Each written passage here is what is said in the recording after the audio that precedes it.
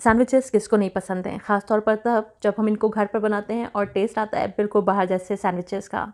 अस्सलाम वालेकुम, आज मैं आपके साथ शेयर कर रही हूँ चिकन वेज मायो सैंडविचेस बनाने की रेसिपी। तो चलिए शुरू करते हैं। तो इन सैंडविचेस को बनाने के लिए मैंने यहाँ पर 250 ग्राम के करीब चिकन को उबाल लिया था। सिंपली नमक डालकर मैंने इनको पका लिया था। तो चिकन 100% कुक है, तो इसको हम कर लेते हैं श्रेड। यहाँ पर ये सैंडविचेस मैं चिकन और वेजिटेबल्स के साथ बना रही हूँ। अगर आप वेजिटेरियन हैं तो चिकन स्किप कर सकते हैं, और अगर आपके पास सब्जियाँ नहीं है, आप सिर्फ चिकन में बनाना चाहते हैं, तो आप सिर्फ चिकन में भी ये सैंडविचेस बना सकते हैं। चिकन को श्रेड करने के बाद इसको इस तरह से कट कर लेंगे, इसके छोटे छोटे से पीसेस कर लेंगे, जिससे कि खाते टाइम जो इसके चंक्स आते हैं वो अच्छे लगते हैं। अब हमें ट्रांसफ़र कर लेना है चिकन बोल के अंदर, और अब हम डालेंगे इसके अंदर कुछ सब्जियां। तो ये है पत्ता गोभी, 1/4 कप मैं इसमें डाल रही हूँ। इसी के साथ गाजर है 1/4 कप के करीब, इसको मैंने ग्रेटर के मोटे वाले साइड से ग्रेट किया है। आप चाहें तो बारीक सा चॉप भी कर सकते हैं। टमाटर हैं जिनके मैंने बीज निकाल लिए हैं, और ये खीरा है, इसको भी मैंने बारीक सा चॉप कर लिया है। अब डाल देंगे इसमें नमक। तो आधा टीस्पून मैं नमक डाल रही हूँ, और आधा टीस्पून के करीब कुटी हुई लाल मिर्च मैं इसमें डाल रही हूँ। आधा टीस्पून डाल देंगे काली मिर्च का पाउडर, और अब मैं इसमें डाल रही हूँ आधा कप मायोनीज़। मैं एगलेस मायोनीज़ का इस्तेमाल कर रही हूँ। अगर आप मायोनीज़ यूज़ नहीं करना चाहते हैं तो फिर आप हंकर्ड यानी कि एकदम गाढ़ा सा दही भी इसमें डाल सकते हैं मायोनीज़ की जगह पर, और बहुत अच्छी तरह से मिला देंगे इसको। ये हमारा मिक्सचर तैयार है। अब हम ले लेते हैं ब्रेड के स्लाइसेस, और स्लाइसेस के किनारे में कट कर रही हूँ। आप चाहें तो बगैर कट किए भी बना सकते हैं ये सैंडविचेस। अब इसके सेंटर में हमने जो फिलिंग तैयार करी है वो रख देंगे। तकरीबन 2 टेबल स्पून मैंने फिलिंग रखी है। यहाँ पर ये सैंडविचेस मैं प्लेन बना रही हूँ, और ये सैंडविचेस मैं कोल्ड बना रही हूँ। मैं 2 तरह से इन सैंडविचेस को बनाना बताऊँगी। कोल्ड सैंडविचेस जिसमें कि मैं बिल्कुल सिंपल और प्लेन मेथड से इसको बनाना बताऊँगी, या फिर हम बनाएंगे ग्रिल्ड सैंडविचेस। दोनों ही तरह से सैंडविचेस बहुत अच्छे लगते हैं। तो इसके ऊपर मैंने दूसरा स्लाइस रख दिया है। इसको हम 2 हिस्सों में डिवाइड कर लेंगे इस तरह से।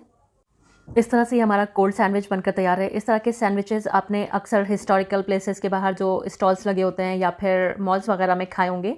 क्योंकि इन सैंडविचेस को हम ग्रिल नहीं करते हैं तो ये सॉगी नहीं होते हैं। तो अगर आप बच्चों को भी टिफ़िन में दे रहे हैं तो आप इनको बच्चों को क्लिंग शीट में रैप करके दें, जिससे कि इनका टेस्ट एज़ इट इज़ रहता है। जैसा कि अभी इनका टेस्ट है, आप 2 घंटे बाद भी खाएँगे ना, 4 घंटे बाद भी खाएँगे, तो इनका टेस्ट ऐसा ही रहेगा, कुछ भी उसमें चेंज नहीं आता है।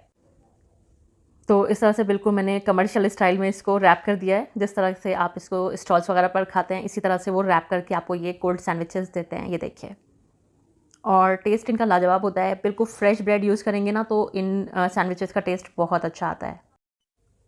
इस तरह से मैंने बाकी के सैंडविचेस को भी रैप कर लिया है, और बहुत ही ज़बरदस्त हमारे कोल्ड सैंडविच बनकर तैयार हैं।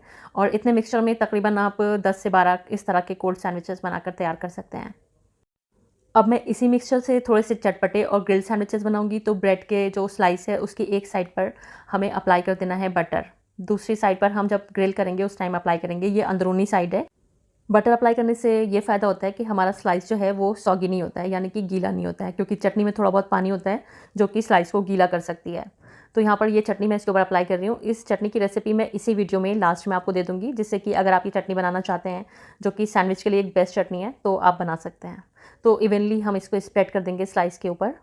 अपने टेस्ट के अकॉर्डिंग आप इसको स्प्रेड करिएगा। बच्चों के लिए बना रहे हैं तो कम लगाइएगा, अपने लिए बना रहे हैं तो जितना चटपटा आप पसंद करते हैं उस हिसाब से आप इसमें लगा सकते हैं ये हरी चटनी। दूसरे स्लाइस पर मैंने टोमेटो केचप लगाया है। आपको सिर्फ चटनी पसंद है तो आप सिर्फ चटनी लगा सकते हैं, या फिर सिर्फ टोमेटो केचप पसंद है तो फिर आप सिर्फ टोमेटो केचप भी लगा सकते हैं। अभी मैंने इसके सेंटर में रख दी है चिकन की फिलिंग, और इसको स्प्रेड कर देंगे।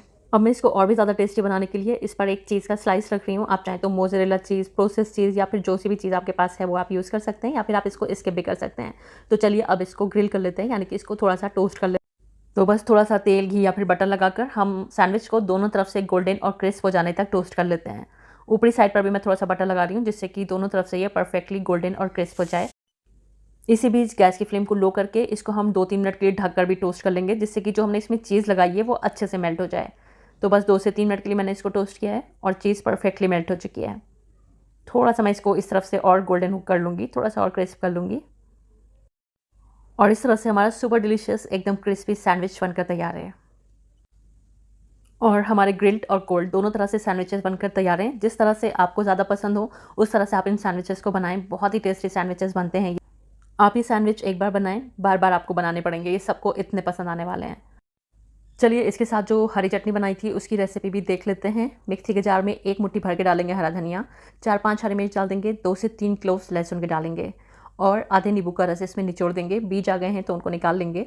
साथ में डालेंगे 1 टेबल स्पून दही, बिल्कुल गाढ़ा सा दही डालेंगे, अब इसमें गाढ़ापन लाने के लिए 1 टेबल स्पून डाल देंगे रोस्टेड मूँगफली, या फिर आप इसमें काजू डाल सकते हैं, या फिर आप बूंदी भी डाल सकते हैं जो कि रायते में यूज़ होती है, या फिर आप इसके अंदर रोस्टेड चने भी डाल सकते हैं। ये डालना ज़रूरी है, वरना फिर ये जो चटनी होती है ज़्यादा पतली हो जाती है, जिससे कि हमारे सैंडविचेस जो होते हैं वो सॉगी हो जाते हैं, और इससे गाढ़ापन आता है और टेस्ट भी अच्छा आता है।